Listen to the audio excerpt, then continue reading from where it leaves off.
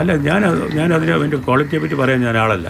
ഞാൻ പറഞ്ഞത് സിനിമ എടുക്കാനായിട്ട് നിയുക്തരാകുന്നവർ മുൻപരിചയം ഇല്ലാത്തവരാണെങ്കിൽ ചിലപ്പോൾ വളരെ പരിചയമുണ്ട്, പലരുടെയും കൂടെ അസിസ്റ്റൻ്റായിട്ടൊക്കെ ജോലി ചെയ്ത് അറിയാവുന്നവരായി അവർ ചെയ്യേണ്ട.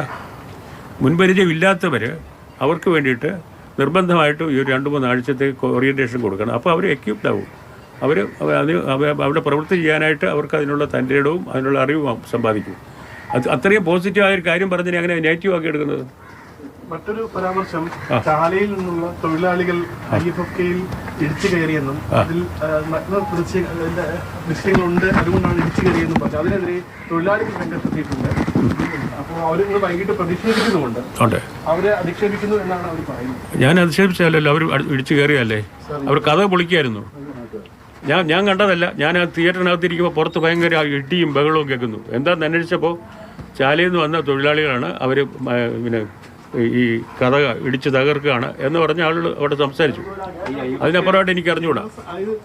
ലൈംഗിക ദൃശ്യങ്ങൾ കാണാൻ വേണ്ടിയാണെന്നൊക്കെ പറയുന്നത് അതായിരുന്നു കാര്യം. അങ്ങനെ ഒരു റൂമർ ഇങ്ങനെ ഇറക്കിയിട്ട് അത് കാണാൻ വേണ്ടിയാ, വേറൊന്നുമല്ല.